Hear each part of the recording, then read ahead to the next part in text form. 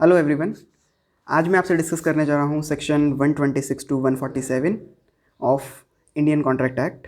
Basically इस video में मैं कुछ जो सेक्शंस हैं वही डिस्कस करूँगा। सेकंड वीडियो में मैं आपसे डिस्कस करूँगा जो बचे हुए सेक्शंस रहेंगे कॉन्ट्रैक्ट ऑफ गारंटी के।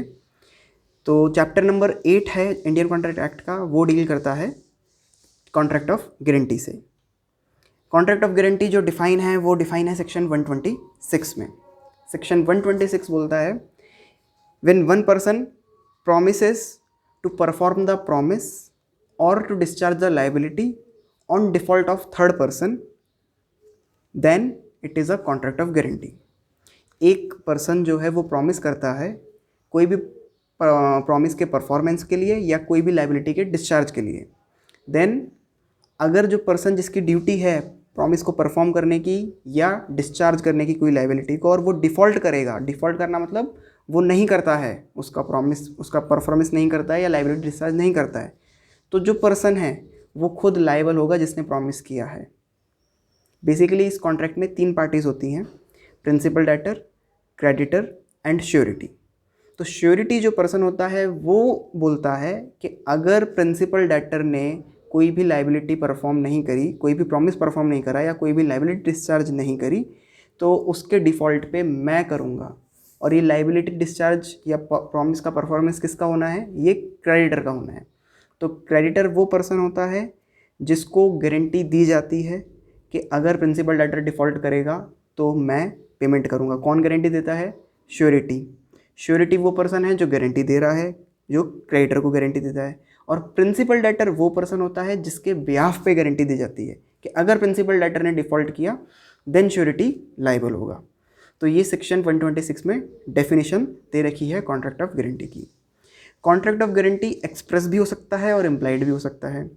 एक्सप्रेस और इम्प्लाइड प्रॉमिस जो कि सेक्शन नंबर जो 9 है हमारा इंडियन कॉन्ट्रैक्ट एक्ट का, वहाँ भी डिफाइन है।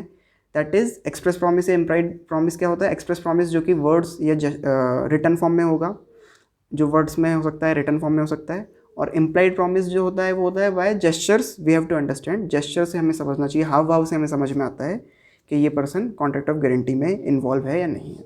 सो कॉन्ट्रैक्ट ऑफ गारंटी एक्सप्रेस या इम्प्लाइड हो सकता है। आगे बात करते हैं सेक्शन 127 की, जो कि बात करता है कि कंसिडरेशन क्या होगा कॉन्ट्रैक्ट ऑफ गारंटी में। तो कंसिडरेशन जो है वो होगा कि अगर कुछ भी किया जाता है, एनीथिंग डन और एनी प्रॉमिस मेड, या फिर कोई प्रॉमिस किया जाता है for the benefit of principal debtor, वो सफिशिएंट कंसिडरेशन माना जाएगा श्योरिटी के लिए।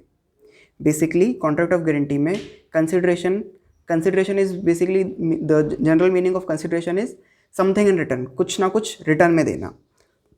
सो कॉन्ट्रैक्ट ऑफ गारंटी में जो कंसिडरेशन है that is given under 127। Anything done, या तो कुछ भी किया जाए या कोई प्रॉमिस किया जाए on behalf of principal debtor, so वो सफिशिएंट कंसिडरेशन होगा to the surety for giving guarantee. That is section 127। Consideration का मैंने आपको मतलब बता ही दिया है, समथिंग इन रिटर्न।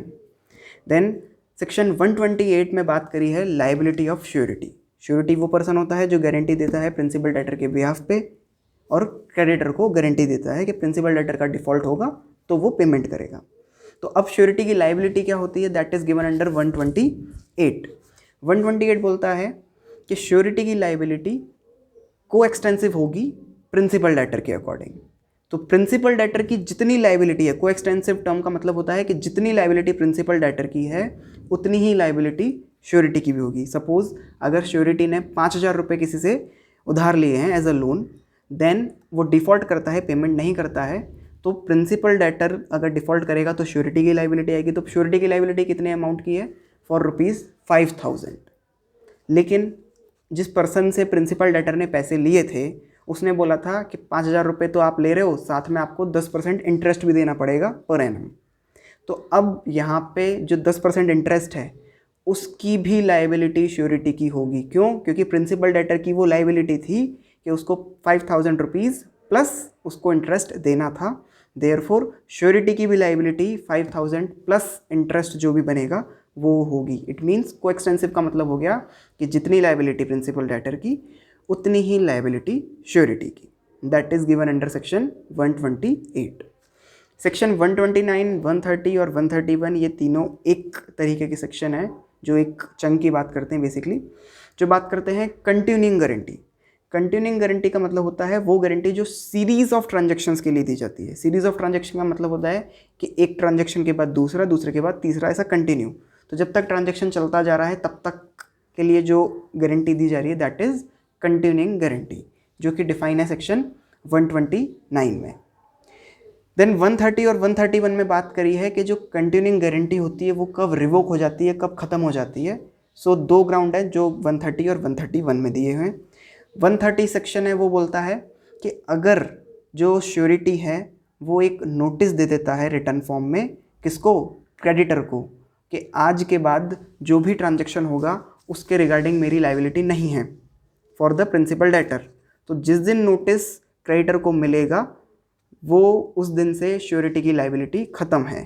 लेकिन उससे पहले जितनी लायबिलिटी थी, जितने अमाउंट के लिए श्योरिटी बना हुआ था, उसकी लायबिलिटी रहेगी, बिल्कुल उसके लिए श्योरिटी की लायबिलिटी रहेगी अगर प्रिंसिपल डेटर ने डिफ़ॉल्ट किया।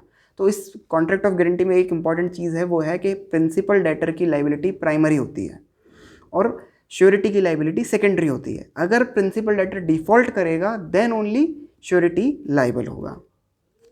देन सेक्शन 138 में लिखा हुआ है कि अगर श्योरिटी की डेथ हो जाती है तो भी कंटिन्यूइंग गारंटी रिवोक हो जाएगी। तो श्योरिटी की अगर डेथ हो गई है तो डेथ होने के बाद तो वो गारंटी दे नहीं सकता या उसकी गारंटी कंटिन्यू नहीं हो सकती। So this is the reason कि कंटिन्यूइंग गारंटी एंड हो जाएगी। लेकिन डेथ होने से पहले अगर कोई गारंटी दे रखी है तो उसके लिए क्या वो लायबल है? बिल्कुल उसके लिए लायबल होगा। अगर principal debtor in future default करता है और जिसके लिए, जिस ट्रांजैक्शन के लिए कंटिन्यूइंग गारंटी दे रखी है श्योरिटी ने, तो वो जो क्रेडिटर है वो उसकी प्रॉपर्टी में से या उसके लीगल हेयर पे केस फाइल करके वो रिकवर कर सकता है। लेकिन रिकवर लीगल हेयर पे तभी करेगा जब उस पर्सन के पास कोई प्रॉपर्टी होगी। लीगल हेयर जो हैं उनसे वो उनकी पर्सनल प्रॉपर्टी में से क्लेम नहीं कर सकता, वो सिर्फ और सिर्फ उसी प्रॉपर्टी में से क्लेम कर सकता है जो श्योरिटी के पास थी बिफोर उसकी डेथ होने से पहले। सो जो नेक्स्ट वीडियो होगा उसमें मैं आपसे डिस्कस करूँगा कि श्योरिटी के राइट्स क्या हैं और श्योरिटी कब डिस्चार्ज होगा और कब डिस्चार्ज नहीं होगा। Thank you.